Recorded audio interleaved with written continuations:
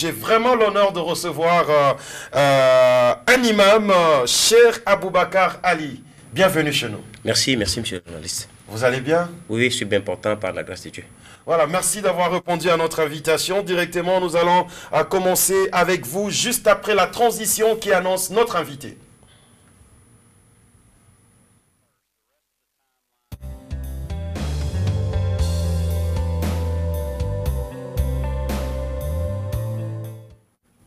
Voilà, dès l'entrée des jeux, dites-nous un peu comment vous avez reçu cette nouvelle de la pandémie du coronavirus dans le monde entier.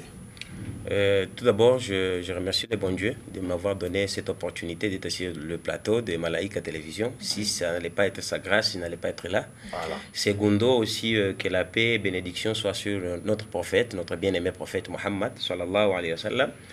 En fait, nous avons reçu avec tristesse cette nouvelle parce que c'est une pandémie qui frappe vraiment le monde entier. Il y a des morts partout et ça nous attriste beaucoup. Et comment vous avez accueilli la décision du chef de l'État par rapport à la fermeture de toutes les églises ou les lieux de rencontre pour prier? Bon, nous l'avons bien reçu parce que c'était un message non seulement du chef de l'État, mais c'est aussi un message prophétique. C'est-à-dire, le Coran nous dit, vous devez obéir à Dieu et à ceux-là qui ont le pouvoir sur vous. C'est-à-dire, en obéissant à Dieu, nous devons aussi obéir aux autorités locales, internationales, au chef de l'État surtout, aussi longtemps qu'il ne va pas à l'encontre de la volonté de Dieu. C'est-à-dire, les mesures qui ont été prises par le chef de l'État, ce sont des mesures préventives sanitaires que nous, musulmans, nous devons obéir. Et en faisant ça, c'est-à-dire, nous suivons certainement bien notre religion. Il y a certaines opinions qui pensent que on doit se réunir pour bien prier. Et maintenant, là, que chacun est chez lui à la maison, c'est difficile de prier. Comment vous faites la lecture par rapport à cette pensée des gens? Moi, je suis ici un peu d'une forme là négative par rapport à ce que les autres pensent. Moi, je pense que le salut se cherche individuellement. C'est-à-dire, quand vous craignez Dieu, pas parce que vous êtes ensemble, vous devez faire ça seul. Et demain, nous croyons que nous serons jugés seuls. Vous serez seul dans votre tombe, vous serez ressuscité, vous serez devant Dieu, vous allez répondre seul à vos propres actes, pas en étant en masse. C'est-à-dire, nous devons prier. Quand vous vous réveillez, vous devez prier. Vous voulez dormir, vous devez prier. C'est-à-dire, glorifier votre Dieu à n'importe quel moment et n'importe où, pas seulement en masse. Bien sûr que chez nous, à l'islam aussi, nous avons des prières en masse. Nous devons les faire, par exemple, la prière de vendredi, les 5 prières pour les hommes. C'est obligatoire. Si la ville, la santé ne nous dérange pas de le faire, nous le faisons. Mais dans une période de pandémie, le message, le prophète avait dit il y a 14 siècles, il avait dit que pendant la période de la peste, où il y a des maladies contagieuses, restez chez vous à la maison, priez, et vous aurez la même récompense comme si vous priez dans vos mosquées. Donc ça va être ça même ma question. Que dit le prophète Mohammed par rapport au fléau qui frappe le monde? Voilà, en fait, je prendrai, il y a beaucoup des hadiths, des citations du prophète Mohammed, mais la première, c'est d'abord de rester à la maison. Le prophète nous dit que la maison, c'est aussi une mosquée. Il est reporté chez Tirmidhi, c'est parmi les livres des citations du prophète, un hadith, le prophète dit, la terre entière est faite pour lui une mosquée, excepté les cimetières et les toilettes. Ce qui signifie un musulman, partout il est temps de la prière, il va prier. Partout. Seulement excepté dans les toilettes et au cimetière. Là, vous n'allez pas prier. C'est-à-dire, à partir de ces enseignements-là, voilà, partout où vous devez prier. C'est-à-dire, à partir de cet hadith du prophète, nous, musulmans, pendant cette période de pandémie de Covid-19, nous devons rester à la maison et prier comme nous a dit le prophète Mohammed, sallallahu alayhi wa sallam. Mais aussi, il y a aussi une récompense. Le prophète dit que pendant la période de la peste, tout celui qui reste chez lui à la maison, en étant patient, sachant que tout ce qui lui atteindra sera le décret qui a été prescrit par son Dieu, il aura la récompense d'un martyr. Donc c'est lui qui a combattu pour sa religion. C'est-à-dire un musulman est conseillé de respecter les mesures prises par le chef de l'État parce que ça corrobore avec les enseignements de notre bien-aimé estimé le prophète Mohammed sallallahu alayhi wa sallam. Donc nous musulmans devons rester dans nos maisons, prier et ne pas avoir l'envie de toujours aller à la mosquée parce que c'est une mesure prise pour notre bien propre et pour sauver des vies aussi. Parce qu'étant donné musulman, on dit que quand vous tuez une seule vie, c'est comme si vous tuez le monde entier. C'est-à-dire nous musulmans, nous sommes là appelés à sauver des vies, à respecter les mesures prises par nos autorités aussi longtemps que ça ne va pas à l'encontre du Coran et des enseignements du prophète. Et dites-nous un peu, que dit le Coran par rapport à cette pandémie? Et que doit faire le croyant musulman face à ça? Voilà, surtout ça, c'est sine qua non. Un musulman, en utilisant tous nos gestes barrières, toutes les mesures préventives prises, il doit respecter ce qu'Allah dit dans le Coran, dans la sourate Tawbah, c'est notre 9e sourate du Coran, le verset 51. Allah dit, rien ne nous atteindra en dehors de ce qu'Allah a prescrit pour nous. Il est notre protecteur et c'est en Allah que les croyants doivent mettre leur confiance. C'est-à-dire, tout ce que nous faisons, ce n'est pas tout ce que nous faisons qui nous protège du Covid-19. Les grands protecteurs, c'est Dieu. Voilà. Les grands protecteurs, c'est Allah subhanahu wa ta'ala. C'est lui le tout-puissant, le miséricordieux, c'est lui qui nous protège, nous. Mais nous nous protégeons, nous gardons notre confiance en Allah, tout en utilisant les gestes barrières et les mesures préventives prises par l'État, mais notre foi en les gardant en Dieu. Parce qu'il y a ce qui s'est passé en Grande-Bretagne, le Premier ministre a été atteint par le Covid-19. Il y a toutes les mesures prises sanitaires par le Premier ministre, mais il a été atteint parce que c'était prescrit. Donc nous aussi, nous devons prendre des mesures préventives, mais en gardant notre foi que le seul protecteur, c'est Dieu. Le seul protecteur, c'est Dieu. Et dans l'histoire de la foi musulmane, voilà, il y a déjà eu de cas comme celui-ci. Oui, il y a déjà eu des cas comme celui-ci, surtout pendant la période, même quand le prophète était là, mais surtout après la mort de notre prophète, il y avait le khalife, donc c'est lui qui dirigeait l'islam après la mort du prophète. Le deuxième khalife s'appelait Omar. À l'époque de Omar, en allant vers Yémen, il y avait eu la peste, et ils voulaient entrer au Yémen, on les avait interdits. Et on avait dit qu'il y avait une maladie contagieuse, que la pandémie, et un parmi les apôtres du prophète avait cité ce que le prophète avait relaté, que quand vous allez dans une terre où on déclare qu'il y a une pandémie, n'entrez pas, et ceux qui sont là, qu'ils ne sortent pas de là. Donc nous devons respecter ce qui y a été pris. Donc ça, c'est quelque chose qui a été dit 14 siècles passés. Mais pourquoi nous le disons aujourd'hui? Parce que c'est le moment opportun. Nous sommes pendant la période de cette pandémie. C'est pourquoi nous parlons de ces citations. Mais elles sont là, il y a 14 siècles passés. Il y a aussi les offrandes chez vous, chez les musulmans. Surtout, pour nous, l'offrande nous dit que le prophète nous dit que l'offrande diminue la colère de Dieu. C'est-à-dire quand vous avez des péchés, si vous voulez diminuer cette colère-là, offrez beaucoup. Et plus vous offrez, c'est-à-dire vous qui offrez cette offrande-là, vous avez plus besoin de cette offrande que celui à qui vous donnez. Parce que lui, vous reçoit, c'est tout.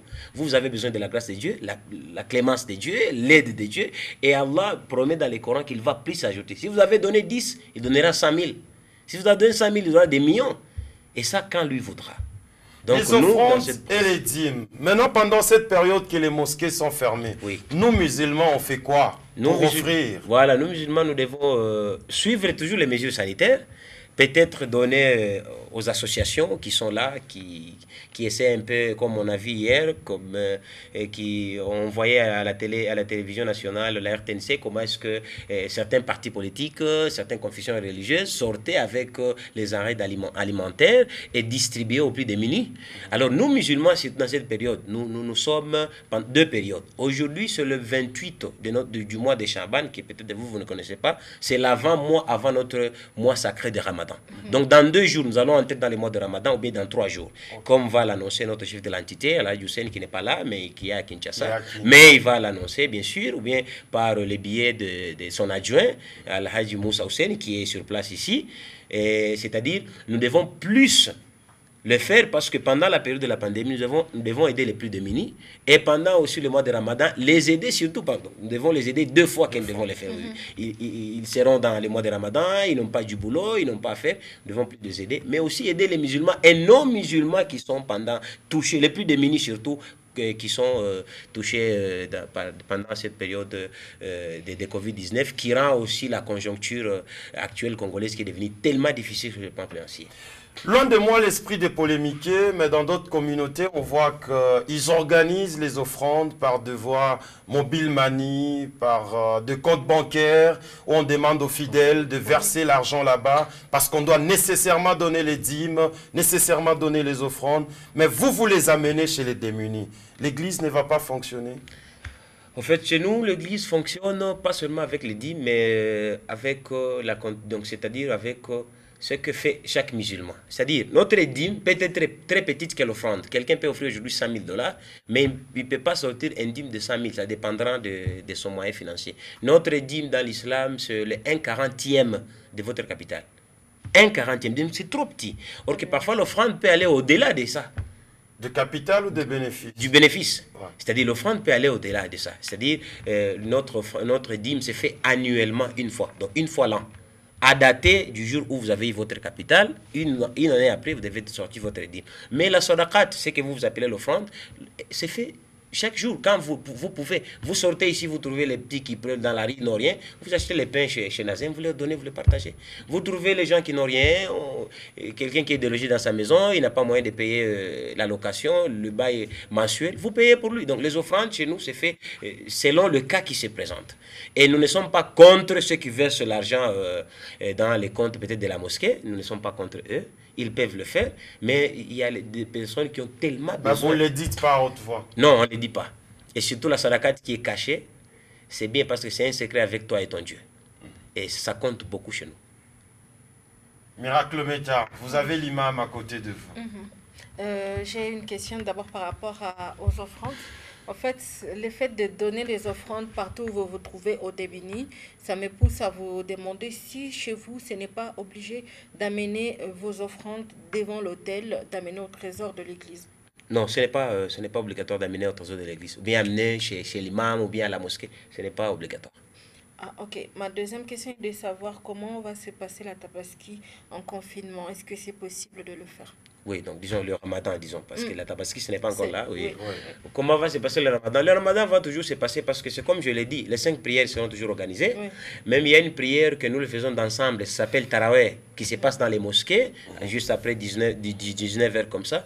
Okay. Comme c'est défendu par le chef de l'État de se réunir plus de 20 personnes, nous devons obéir parce que si nous n'obéissons pas au chef de l'État, nous allons à l'encontre du Coran lui-même. C'est-à-dire nous devons obéir ça et rester dans nos maisons, prier avec nos femmes, nos enfants dans la maison.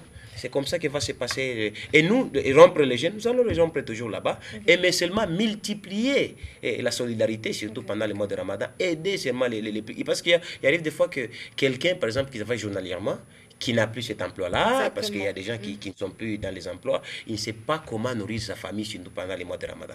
C'est multiplier le geste de solidarité. Seulement, ça, je demanderai à nos musulmans qui nous suivent, nos donateurs, donnez plus pendant cette période, Allah vous récompensera plus.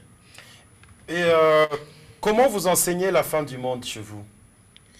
La fin du monde chez nous, il y a des signes que le prophète avait dit que si vous les voyez, ça prescrit déjà, ça montre la fin du monde. Mais personne ne sait la date, les jours, ni quand sera la fin du monde. Et parmi ces signes-là, les histoires telles que cette pandémie figure? Ça, il y a un peu de contradiction parmi les savants musulmans, mais la plupart des signes pour montrer la fin du monde est déjà là. La plupart des signes pour montrer la fin du monde est déjà là. Et vous vous préparez déjà à cette Oui, fin? surtout, nous nous préparons. Surtout un musulman, c'est que même si je sortais ici sur le plateau et que je sortais de la porte là, vous attendez que l'imam Abubakar est mort, pour nous musulmans, nous sommes prêts à ça, à n'importe quand. Et c'est-à-dire notre vie est sous la volonté de Dieu. À n'importe quand il voudra, vous remplissez peut-être 25 ans, il n'aura plus ajouté même pas une seule minute. Donc vous allez partir et vous devez vous préparer parce que c'est pourquoi nous disons que la masse, l'ensemble, le fait d'être ensemble là, ça ne va rien vous aider. C'est vous seulement qui devez vous préparer à ça, augmenter les bonnes actions qui vont vous aider parce que vous n'irez avec, chez nous, même pas une bague. On va vous enlever tout. Vous irez comme tel que vous êtes venu. Seulement, tout ce que vous avez sur la tête, c'est ce qui va, vos actions vous accompagnera dans la tombe et devant votre Dieu. Monsieur Cheikh Aboubacar, permettez-moi de vous retenir encore un peu. Nous avons encore besoin de vous. Oui. La troisième partie de l'émission, Tous contre un. Tous contre Covid-19, tous dans la sensibilisation, mesdames et messieurs. Tous contre un reprend dans sa troisième partie. Je recevais sur ces plateaux l'imam Cheikh Aboubacar Ali. Avec lui, nous sommes en train de parler de comment vivre sa foi pendant cette période de confinement, pendant cette période de la pandémie. Il a essayé de nous parler de quelques points. Selon le Mohamed, le prophète Mohammed, voilà, j'y arrive. Et il a donné quelques directives à tous les croyants musulmans qui sont en train de nous suivre en ce moment. Alors, on revient un peu sur comment vivre ces temps de la pandémie dans les communautés islamiques, puisque les mosquées sont fermées. Alors, comment vivre la pandémie puisque les mosquées sont fermées. Comme je l'ai dit, c'est que nous devons toujours vivre notre foi où que nous soyons, mais en considérant que nos maisons sont faites aussi des mosquées dans notre religion. C'est-à-dire même si nous n'avons pas accès à nos mosquées, nous avons accès à nos maisons et nous y sommes. Alors prions, implorons Dieu, demandons sa grâce, sa miséricorde pour lever cette pandémie tout en respectant les mesures prises par l'État. Donc nous devons rester à la maison, quelle que soit la période que prendra cette pandémie. Alors, Monsieur Aboubakar, est-ce que vous pensez que les signes, cette pandémie est un signe d'une punition de Dieu pour annoncer la fin du monde? Moi, je dirais que ça peut être une punition ou pas une punition de Dieu.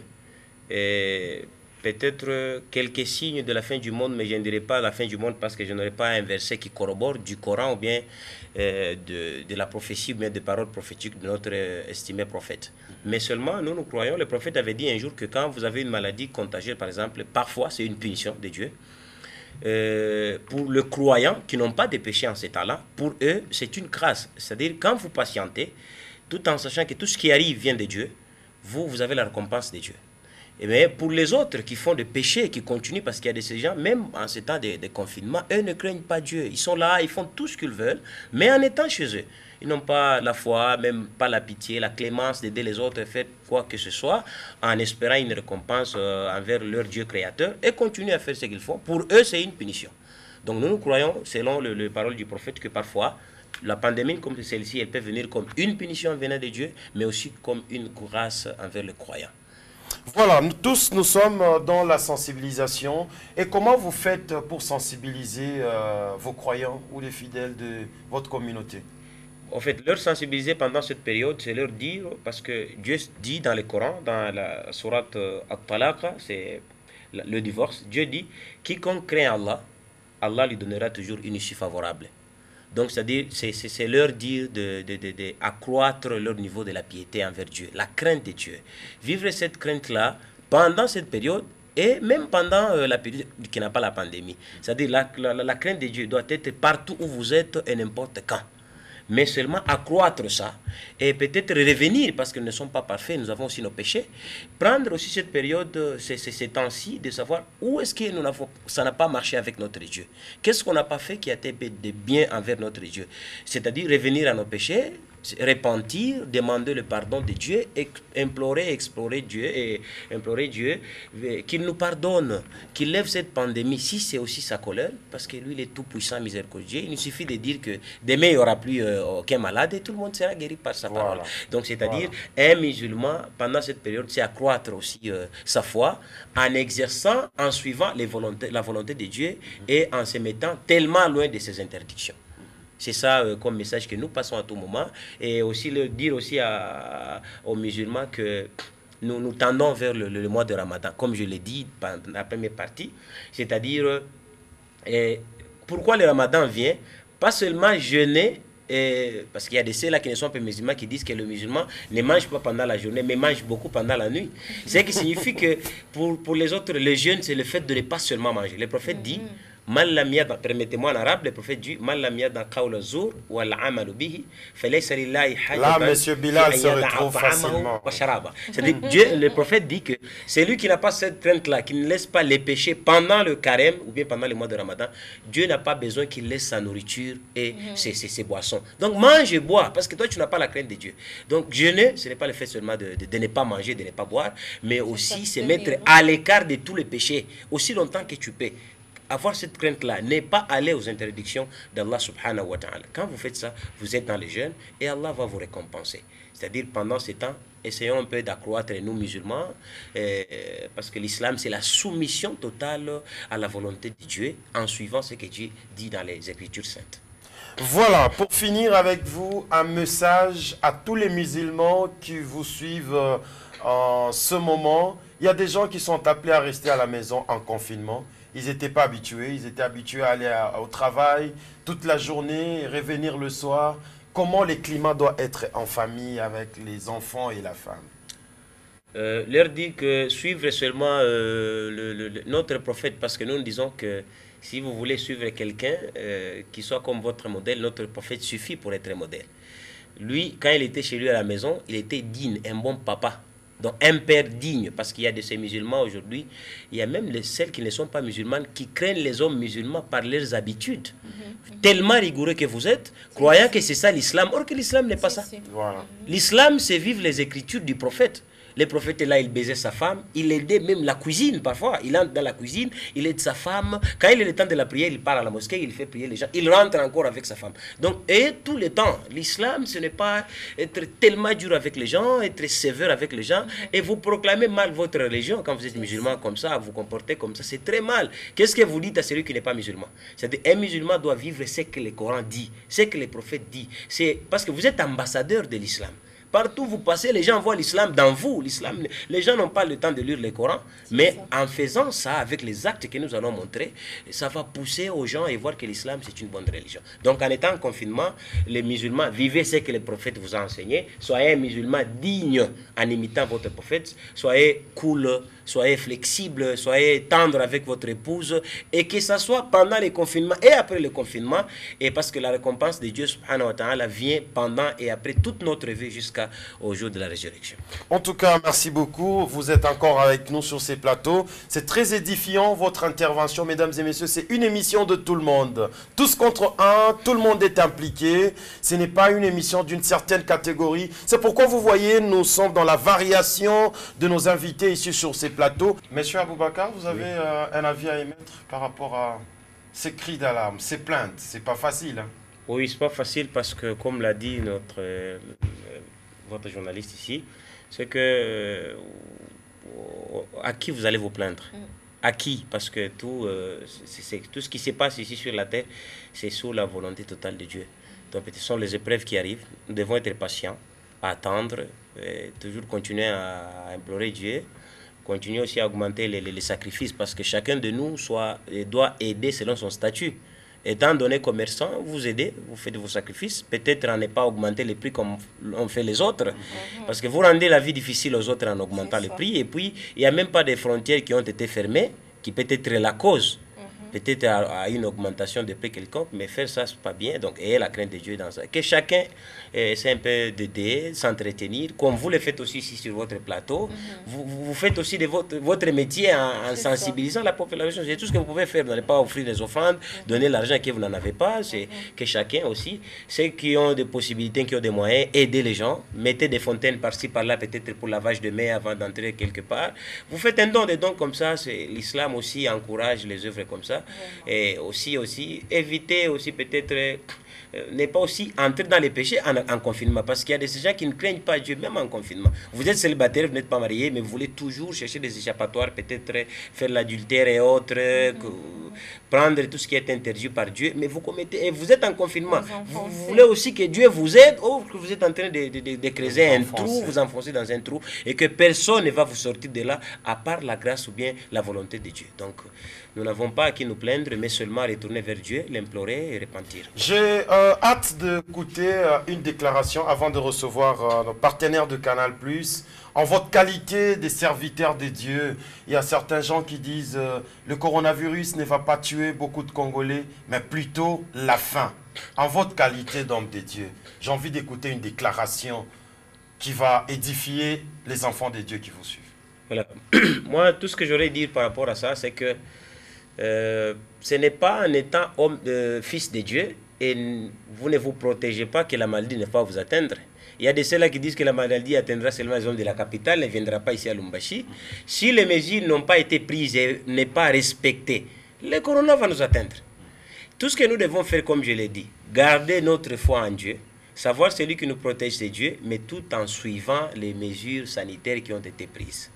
Mais quand vous vous laissez faire, vous entrez dans la gueule du lion en disant que Dieu va vous protéger. Dieu ne viendra pas vous protéger en étant dans la gueule du lion. Mais c'est en suivant les mesures qui ont été prises, tout en vous accrochant à votre Dieu. Et là, vous serez sauvés. Vous serez toujours acquis. Donc, c'est-à-dire, la famine, bien sûr, les gens peut-être mourront de faim, si réellement, parce que la plupart, nous vivons par le taux du jour. Les gens sont là, journalièrement, ils travaillent. Il y a eu peut-être baisse des employés dans certaines entreprises, comme je l'ai entendu. Il y avait 500, il n'y a plus que 200. 300 personnes, et chacun est parent, peut-être là, une famille. Comment les autres vont vivre? Mais l'État fera tout ce qu'il pourra, peut-être nous aider à surtout les denrées alimentaires, qu'il n'y ait pas hausse de prix.